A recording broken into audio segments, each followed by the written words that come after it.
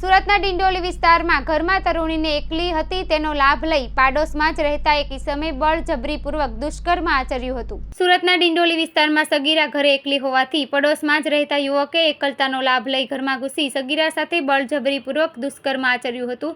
સગીરાના માતા-પિતા તેમજ ભાઈ બહાર ગામ ગયા હતા।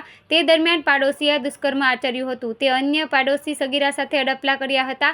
સગીરાના માતા-પિતા ઘરે આવતા સમગ્ર હકીકત માતા-પિતાને જણાવી હતી, જેથી માતા-પિતાએ પોલીસ મથકમાં ફરિયાદ નોંધાવી હતી।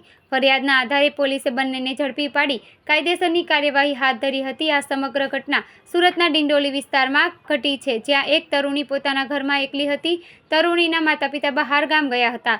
સગીરા અને તેનો ભાઈ ઘરે હતા। તે દરમિયાન તેમનો ભાઈ પણ બહાર ગયો હતો, જેથી સગીરાની એકલતાનો લાભ લઈ પાડોશી સગીરા પાસે આવ્યો હતો અને કામનું બહાનું કર્યું હતું। તે દરમિયાન સગીરા પાસે કોઈ ન હોવાથી તેની સાથે બળજબરીપૂર્વક દુષ્કર્મ આચર્યું હતું। ત્યારબાદ અન્ય એક પાડોશી પણ ઘરમાં ઘૂસી આવ્યો હતો અને આ સગીરા સાથે બળજબરીપૂર્વક અડપલા કર્યા હતા।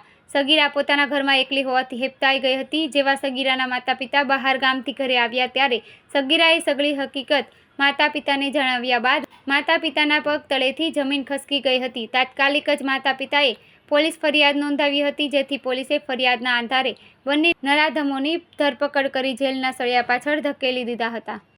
ડિંડોલી પોલીસ સ્ટેશન વિસ્તારમાં એક બાળકી સાથે દુષ્કર્મનો બનાવ બન્યો છે। આ ઘટનામાં હકીકત એવી છે કે એ બાળકી સાથે એમના જ પડોશમાં રહેતા એક વ્યક્તિએ એના સાથે દુષ્કર્મ આચર્યું હતું। સવારે એના ઘરે કોઈ ન હતું ત્યારે એના પેરેન્ટ્સને બધા બહારગામ હતા, ત્યારે દીકરીના ઘરમાં તે આવ્યો હતો અને એને આવીને થોડું કામ છે ઘરમાં એમ કરીને અંદર આવ્યો હતો અને એની સાથે જબરદસ્તી કરી હતી।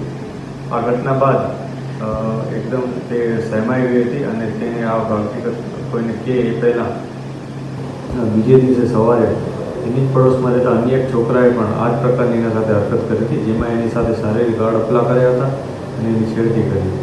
આ બનાવ અનુસંધાને પોલીસે તત્કાલ કાર્યવાહી કરતાં એફઆઈઆર નોંધી છે, જેમાં પોક્સોની કલમો અને બીએનએસની જે દુષ્કર્મ બાબતની કલમો છે એ ઉમેરી અને ગુનો દાખલ કર્યો છે। અને આ ઉપરાંત આ ઘટનામાં પોલીસે બંને આરોપીની ધરપકડ પણ કરી છે।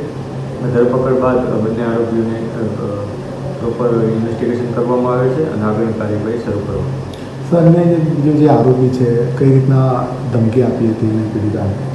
જે બીજો આરોપી છે એ એના પડોશમાં જ રહેતો વ્યક્તિ છે। એને આવીને આ દીકરીને ધમકી આપી હતી કે હું જે ગઈકાલે તારા સાથે જે બનાવ બન્યો છે એ બાબતે બધાને જાણ કરી દઈશ અને આવી રીતના તને બદનામ કરી દઈશ અને એ રીતના અને પછી મારી નાખવાની ધમકી એ પ્રકારની ધમકીઓ આપી હતી, જે અનુસંધાને પોલીસે કાર્યવાહી કરી છે। સર, કેટલા આરોપીની ધરપકડ કરી છે? આ ગુનામાં 2 આરોપીની ધરપકડ કરી છે। પોલીસ આ બંને આરોપીઓનો જે પાસ્ટ છે એને પણ તપાસી રહી છે। જે પણ હકીકત સામે આવશે એ મુજબ અમે આ બંને આરોપીઓ પર અને અન્ય કોઈ વ્યક્તિ જે પણ હશે એના ઉપર કાર્યવાહી કરીશું।